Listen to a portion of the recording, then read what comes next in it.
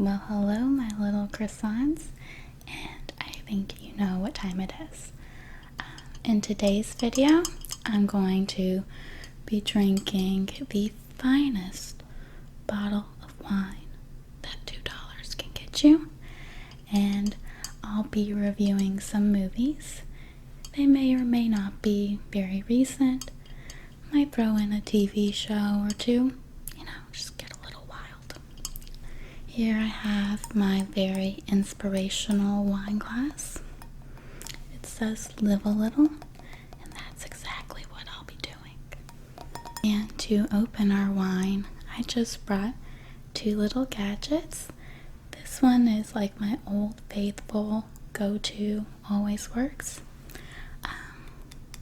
My sister actually got this for me. You can see it has a little corkscrew as his little wee-wee.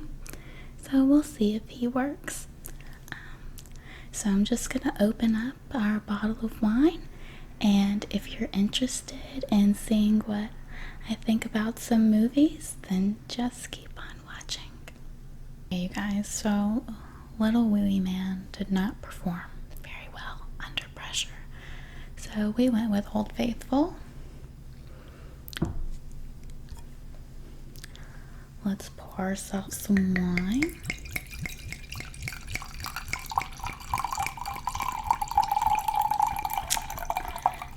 Now this is the Winking Owl California Pinot Grigio. Very classy. So I've written down a lot of movies in this book, and I'm just gonna kind of go through the list and see which ones I want to talk about. So let's refer to the sacred text to see what movie we'll be talking about first. And by the way, I'll try not to spoil anything too much, but I can't make any promises. The first movie we'll talk about we'll go with Uncut Gems. I was a bit deceived going into this movie. I was told it was based on a true story. And spoiler alert, it is not. So basically the first hour, my number one thought is why are you being like this, Kevin Garnett? Now I am a fan of Adam Sandler. I know that some people have fallen off that bandwagon throughout the years, and I'll admit it got tough there. Jack and Jill, that was bad. His Netflix movies weren't really my jam. For me, it kind of went downwards after Click. But I'm loyal, and I still love Adam Sandler, so I was gonna see this anyway. In my opinion, though, the acting, his serious acting in this was very good. There was a part where I'm not entirely sure I was supposed to laugh. I couldn't read it. I'm pretty sure I'm going to hell, but it's a scene where him and I guess his side chick are bonding and having a moment, and he's just talking about what a fuck up he is, and he starts crying. It is the funniest cry in the world. I could not contain myself. No one else in the theater was laughing though, so that leads me to believe that I was not supposed to be laughing at that moment. But it had a really cool 80s vibe. In the beginning you're going through this reading rainbow kind of thing, and I wasn't bored by it. I would say it's a tad bit long. But that's really my only complaint. So if I had to give a rating to Uncut Gems, what would I give it? could be very simple and do thumbs up or thumbs down for this. We'll do that. I'm gonna give it a thumbs up. I'd say it's definitely worth watching. I know this next one is really gonna just throw people for a loop and maybe upset a couple of people. The next movie I'll be talking about is Once Upon a Time in Hollywood. I think maybe I had the wrong just thoughts going into the movie. As a lot of you know, I am a huge Tarantino fangirl. I love Pulp Fiction, Kill Bill, even True Romance. He just wrote that. He didn't direct it. I like most things he touches, dabbles, and does. This though, oh my god. Look, I know the acting is really great in it, and I totally appreciate that. But this movie was so damn slow, and nothing happened. You're just seeing Leonardo DiCaprio have a mental breakdown every 5 seconds, and he's great at it, don't get me wrong. But I think my problem is that I went into it thinking it was, a Manson film. And really, all that really matters about that is the last 20 minutes, shit gets popping. But do you really want to watch, I believe it's almost a 3-hour movie for 20 minutes of action? Because I didn't. Another thing that I had noticed before, and it was really prominent in this film. Look, I'm not one to kink shame anybody. Let your freak flag, let it fly. I am happy for you. But there were so many, dirty feet in this movie. And I never thought or wanted to see Dakota Fanning's feet just full force, big screen in my face. Also, I'm just gonna tear this movie a new one. Out of everyone he could have cast in this movie, and I know he doesn't directly pick people out, they really had to throw Lena Dunham in. I'm a hater of Lena Dunham. I just can't stand her big stupid head.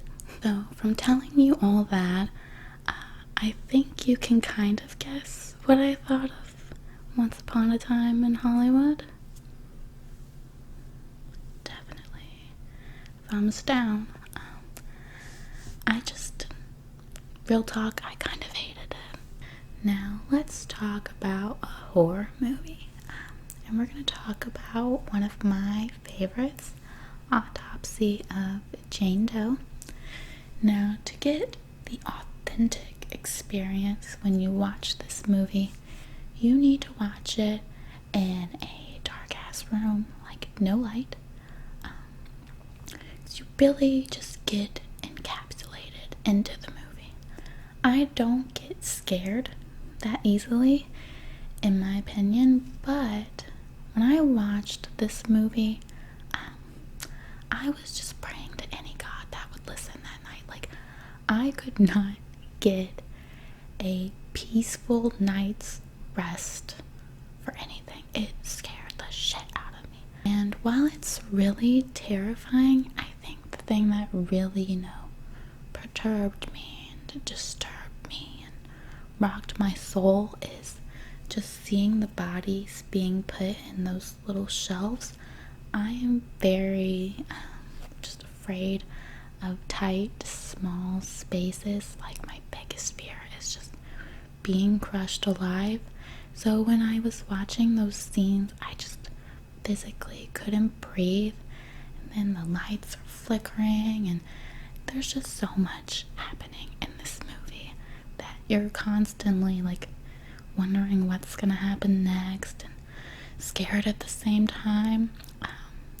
I think it's one of the best horror movies that's been released in, I'd say, the past 10 years or so. I definitely recommend watching it if you haven't.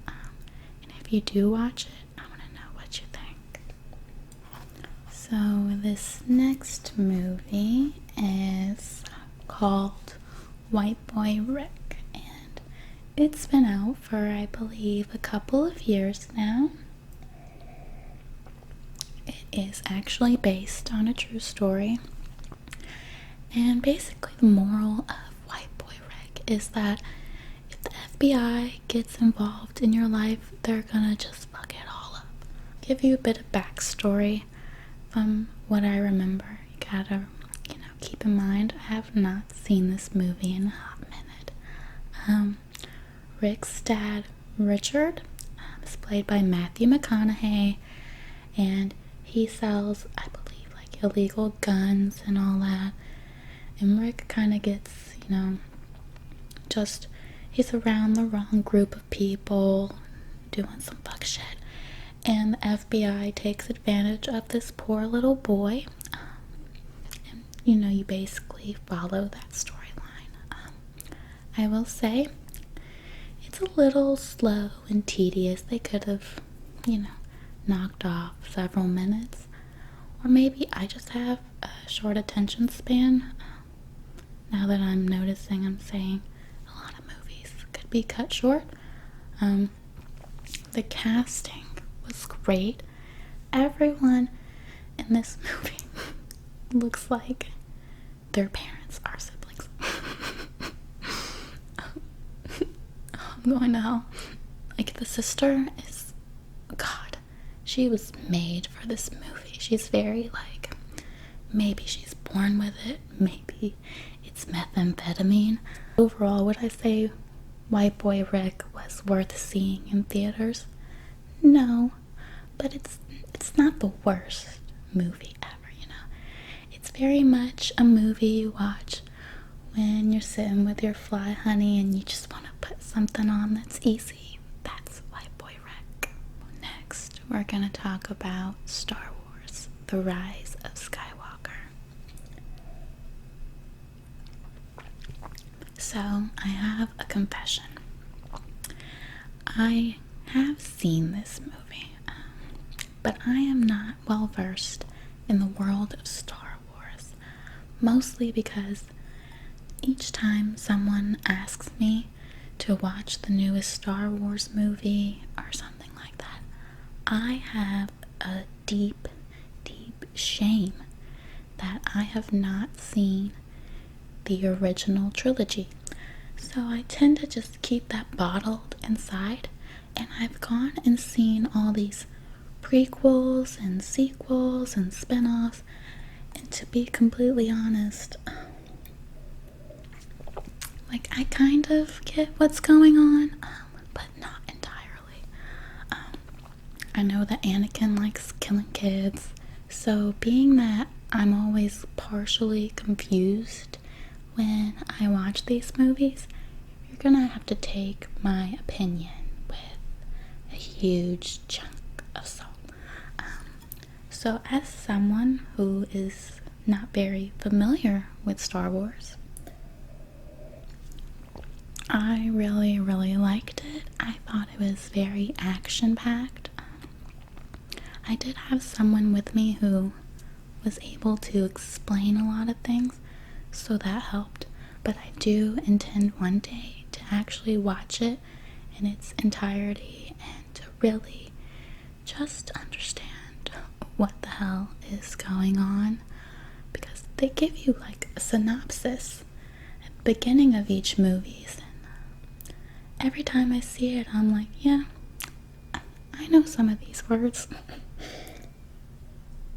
With all that being said, I give Star Wars a thumbs up, and I would definitely recommend watching it. Need to refill a bit on my wine. Now let's talk about the Joker movie. If you've come here looking for someone to absolutely this movie, I'm gonna disappoint you. I liked it just as much as everyone else. I think it's definitely worth the hype. It's very dark and dingy, and it was a lot more violent than I was expecting. It just, DC movies have disappointed me in the past, but I really liked this portrayal of the Joker. I think Joaquin Phoenix is one of the best actors of our time, and he really just pulled it off.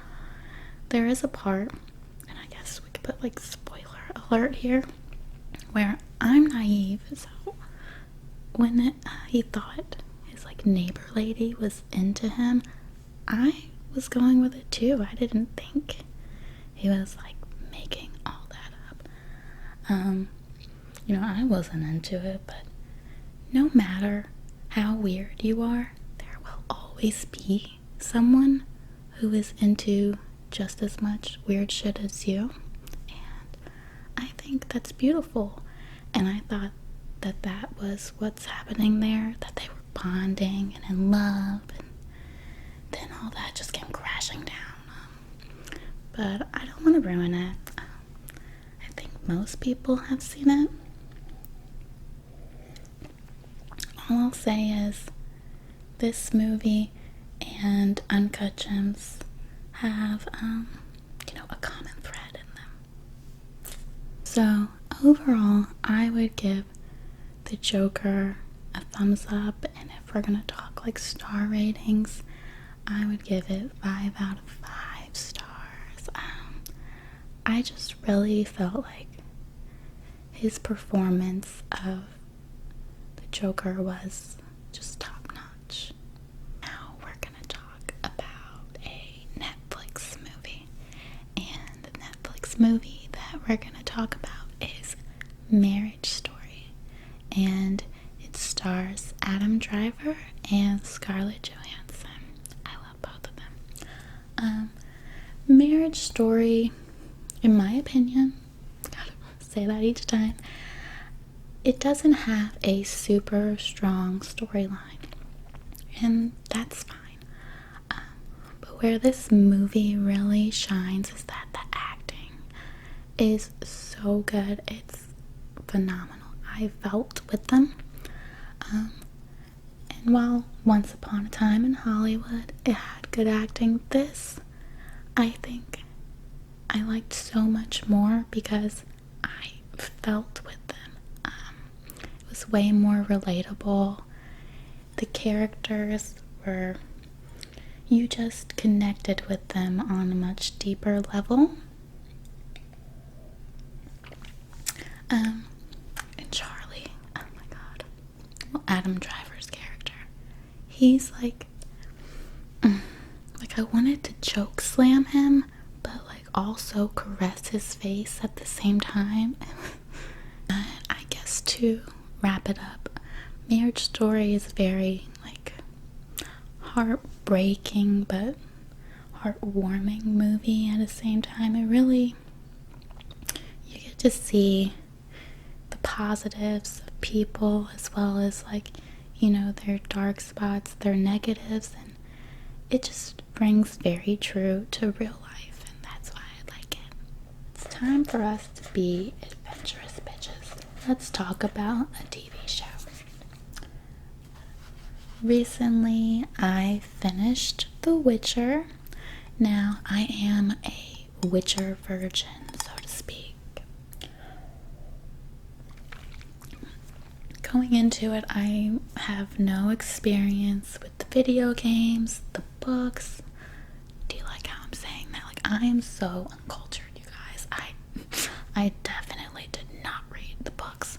Figured I'd check it out, and I actually really, really enjoyed it. There are some things that I don't fully grasp. I'm not gonna lie to you. Like the law of surprise, I'm finished with the season, and I'm still like, what does this even really mean? Like, is Siri his child? Is she not his child? Is she sort of, kind of, everything? It's a little confuzzled for me right now. But besides that, I thoroughly enjoyed the measly 8 episodes they gave us. I did not pay attention. I was just blowing through them because I have poor self-control. And that 8th episode hit, and I was ready to play the next one. I was thoroughly disappointed. Y'all know that I'm a bit of a horn dog, so it definitely doesn't hurt that, Henry Cavill's in it. He is so fine that it makes my chest hurt. Something that you may not know about me is that I really love crime docs. I'm very into serial killer documentaries, and I know that sounds very basic, but I'm not guilty about my pleasures. I like what I like. So next we're going to talk about a very popular one that's out right now, and it is The Killer Inside the Mind of Aaron Hernandez. I don't know. Let me just start by saying he's definitely guilty as shit. Like, he is insane. But this documentary,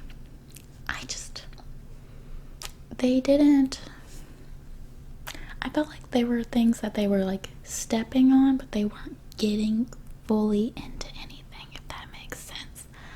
And also the quarterback slash, secret lover friend from high school, I think he is full of shit. Like, he was just way too eager to be on camera, him and his dad. I do think Aaron struggled with his sexuality and things like that, but I just did not find them credible.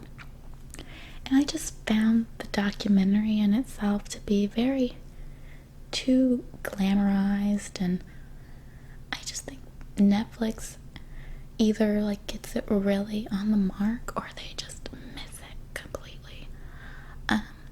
And there was things that they didn't even get into. Like, I'm pretty sure like he had gang relations, and they just never really talk about it. I just feel like, yeah, he was a super talented guy, but at the end of the day, like, he was just shooting people in the face for such simple things like spilling a drink on him by accident. And they did try to explain how he had brain injuries from so many concussions, and it can make you act out. But like, this dude, you can just kind of tell he was just ready to pop off at like any moment. If you're curious about the documentary, you're not gonna lose anything by watching it, but go in with caution. It's not the best. Let's discuss EU Season 2. I have mentioned that I love this show in a previous video. You may or may not have seen it. I think most people have an idea of what the show is about, but if you're not aware, I'll inform you. Joe is a big creep. That's really main basis of the show, is that any woman that Joe sees and he's like, ooh, she's read a book before in her life, that is his new woman. So season 1, he meets this girl, things happen. Season 2, we're meeting Joe again. He's out in LA being a bougie bitch, and he meets a new lady, his new love. And you know what? Love matches his crazy. But Joe is a big bitch. And Joe doesn't like when you do what he does to you. Like, suddenly, it's too much for him. He's like, damn, this bitch is wild. But without getting into too much, because it is still fresh, the new season is good. It's definitely worth watching. There are some parts where I'm like, you could have left that out. We really didn't need that. think this rings true for everyone. Like when they were saying, I wolf you.